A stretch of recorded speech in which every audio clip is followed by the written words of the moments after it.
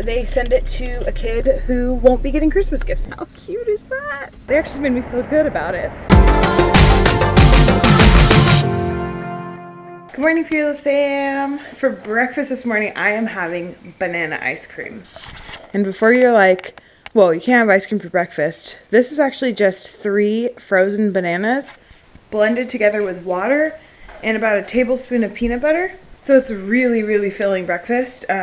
But I love banana ice cream. You can, if you have a really good blender, sometimes you can blend up just frozen bananas with no water, but you usually need some liquid in there. On another walk with my buddy. So today the plan is, I have everything written out very specifically today because I was like just getting really overwhelmed. So I had to I have 3 to-do lists that all pretty much say the same thing, and then I itemized today. I'm like, you're gonna drink coffee, you're gonna do this and this, then you're gonna walk.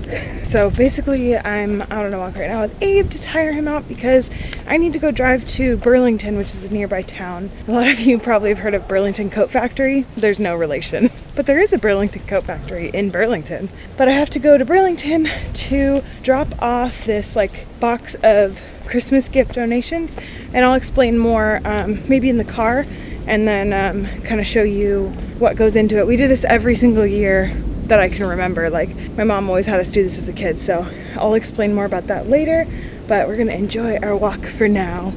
Oh my gosh, this is probably my favorite viewpoint from this forest.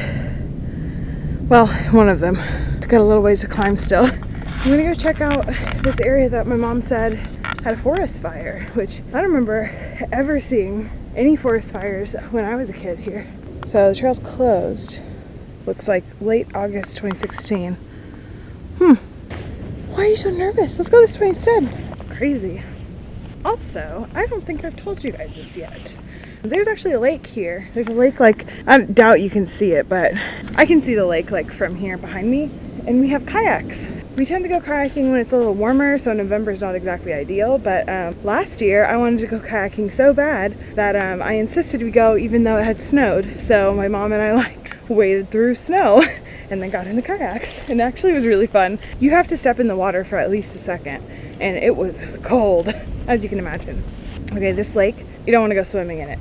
Done that one time, never again. The reason is because there's a lot of live plants in there, and they just multiply like crazy. So basically what that means is there's a crap load of algae that leaves your body feeling really slimy when you get out. And I remember when I was a kid, I was like, I'm gonna go swimming in the lake, and my mom's like, okay, whatever, do what you want. I can't talk you out of it. So I went in there. I remember getting out and putting my sandals on and sliding around inside my sandals because my feet were so slimy. It was disgusting. I don't know, can you see through here? There's a lake down there. Better chance that you might be able to see the lake through here. I don't know. Just try not to drop my GoPro and not let Abe slide down this cliff. Okay, so this is the beaver pond. I wanted to talk for a second about going in the woods by myself and being at home late at night by myself and having anxiety. Anxiety boiled down is basically always expecting the worst to happen. And so sometimes, every night, I get lonely, of course. I find it harder to fall asleep and harder to get my mind to stop moving. It's getting easier. The more I push myself to do things I'm slightly uncomfortable with by myself. See, I keep looking behind me because I'm someone's there. It's just how my mind works. I'm just extra jumpy, extra alert, which I don't want to be that way, but I do find it gets easier with time. Quick stop, here's the beaver pond. Woohoo! And if you're wondering why it's called the beaver pond, because it has beavers in it. The further I push myself outside my comfort zone, the bigger my comfort zone gets.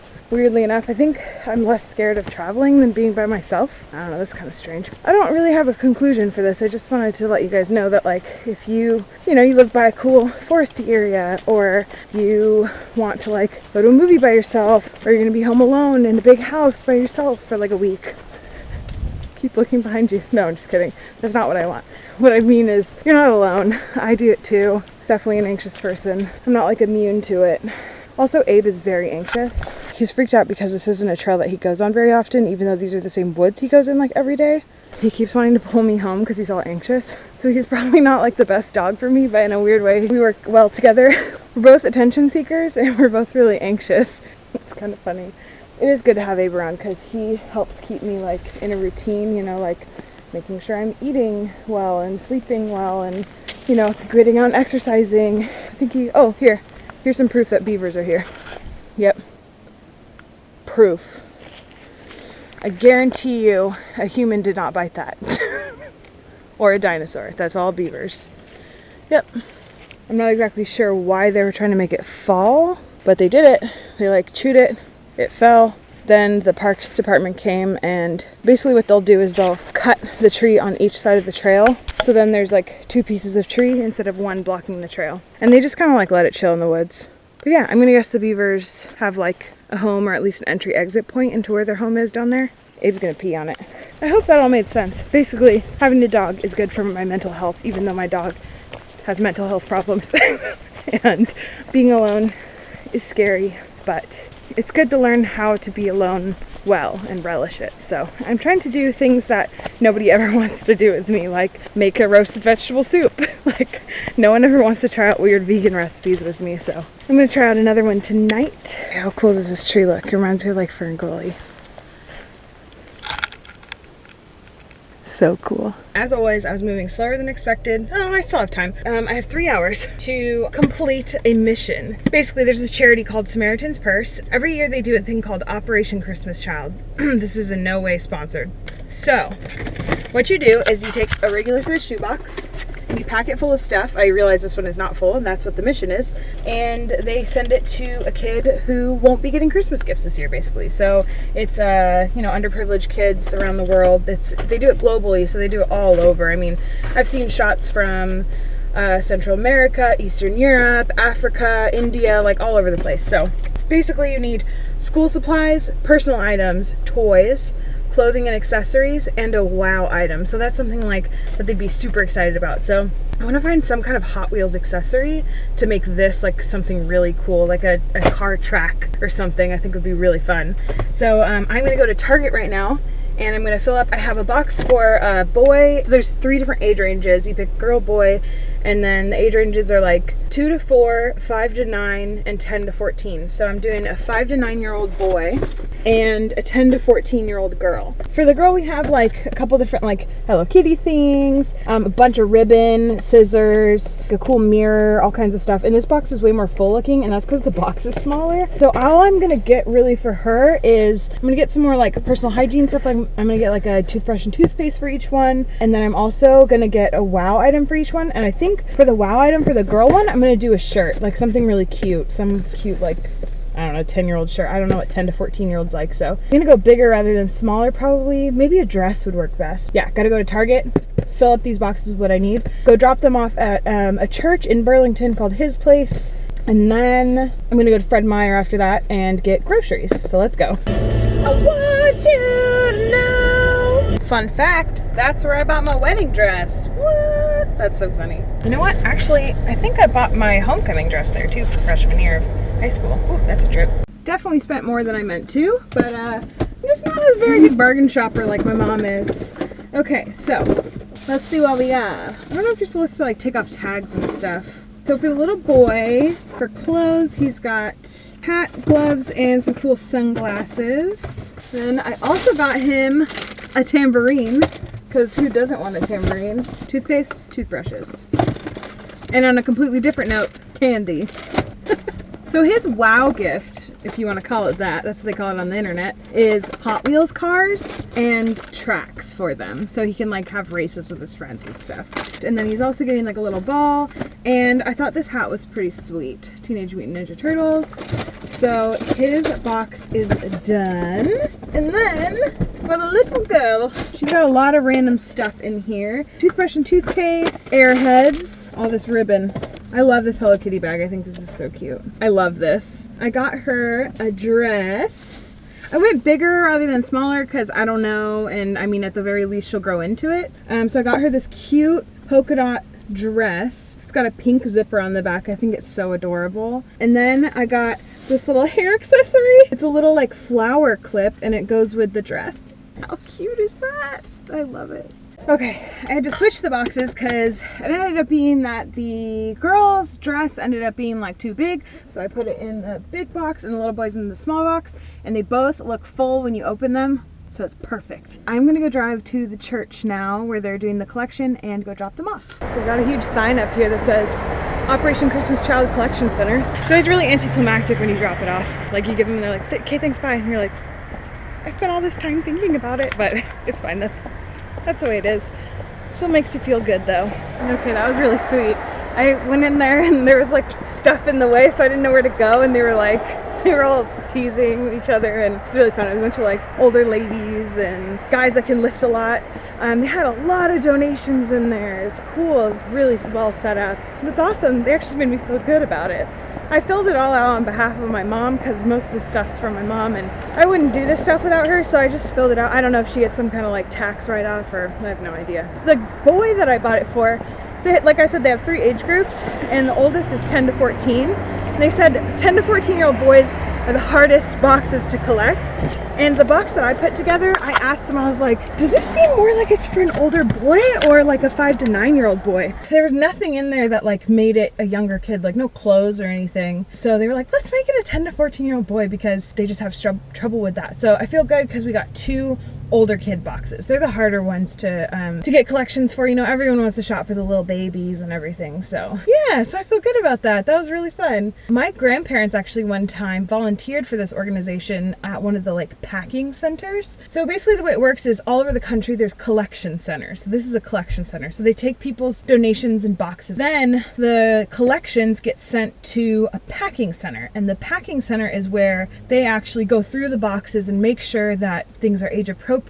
Nothing's dangerous, nothing doesn't follow the rules. Like for example, this year you can put candy and toothpaste in there, but next year you can't because I don't know what other rules are. But anyways, they try to make sure that every box ticks all the boxes of like, you know, a wow item and personal care stuff and clothes and all that kind of stuff. So they go through everything. It's quite the operation. There's people who deliver the boxes. I'm gonna guess that the people who get to deliver the boxes are the ones who have been volunteering with this organization for years, or maybe the higher up people, maybe the like people who manage or organize the collection centers, packing centers, that kind of stuff, because that must be such a rewarding thing. And if someone works so hard for this organization, I mean, they're the ones who deserve to go do that. But the videos that they have, you can look them up online. It's like Operation Christmas Child or Samaritan's Purse, shoebox delivery. You can look videos up online. It's so sweet to see the kids like open the boxes. You guys know, like, I want to donate to Water of Life in Cambodia this Christmas. This is another one that I love doing, Operation Christmas Child. But are there any organizations or charities that you guys like donate to or follow or really like are passionate about? Like if you were a celebrity and you were on a game show and your winnings went to a charity, what charity would you choose? Comment below. That's what I want to know today. It's about 4 o'clock and I'd like to miss rush hour, so I'm going to run in and get this grocery shopping done as soon as I possibly can. Got my groceries, headed home. I see ya in a smoking room. The smell of wine and cheap perfume. Oh my god, Abe, there's a Say Yes to the Dress marathon on tonight. Hello. Welcome back to Lauren's Not Drunk, but I'm gonna start drinking kitchen. Tonight I'm having an oaked maple cider from Seattle Cider Company. It's very good. I like everything the cider company puts out. If you hear noises, it's because Abe is ripping up a cardboard box behind me. We got a delivery from Amazon today, so of course Abe got the box. Today I'm making, this is gonna sound really fancy, roasted sweet potato and Brussels sprouts with garlic herb aioli, and it's all vegan. This is from the minimalistbaker.com. Here's what I got going right now. These are raw, unsalted cashews soaking in some boiling water, or water that was at one point boiling. I have a cookie sheet lined with foil. I'm starting to open up some garlic cloves because I'm going to put a lot in the aioli. And then the shallot is to put with the sweet potato and Brussels sprouts. The shallots are making me full on cry. This is the biggest measuring cup I've ever seen in my entire life. Okay, if you don't really eat Brussels sprouts where you live, you're gonna love this. So this is how Brussels sprouts grow, and you just pull them off.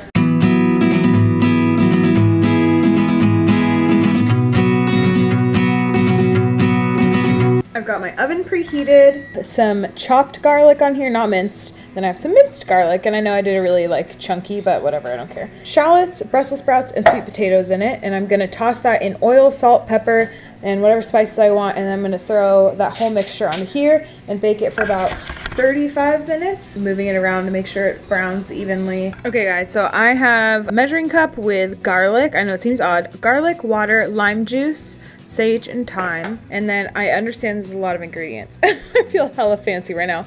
I've got cashews that I've soaked in boiling water for about an hour. Then I've got peppercorns, nutritional yeast, extra virgin olive oil, real maple syrup, sriracha, salt, and then I might add some of this smoky mesquite seasoning depending on how it tastes after I add this other stuff.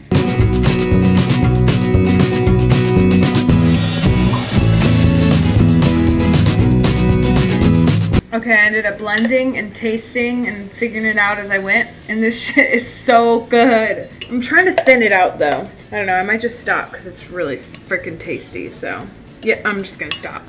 This is delicious. I'm going to put the lemon and garlic on the roasted veggies. As soon as they come out, I'm gonna like mix it all up and let it cool for a sec, and then I'm gonna eat it by chopping it with aioli. I really like cooking. Specifically, I like cooking in a good kitchen. Now I'm gonna have a Boundary Bay Scotch Ale, which I've had many times. It is a very well-known beer, I'd say, in Anacortes in the Skagit Valley. It's from Bellingham. It's super good. I've been to their brewery. I had this there. Really like this beer. They had it at Fred Meyer. I just realized something. If garlic wasn't vegan, I'd probably never go vegan. Hell yeah! I got my sweet potatoes and Brussels sprouts, the roasted delicious shallots and garlic and lemon oil in there, and then I have my aioli, my vegan garlic and herb aioli that has like a smoky flavor, and then I threw pepitas on top, and I'm so freaking excited to eat this. How good does this look? This is like vegan heaven right here. Abe's watching me. The flavors are amazing. They're so good.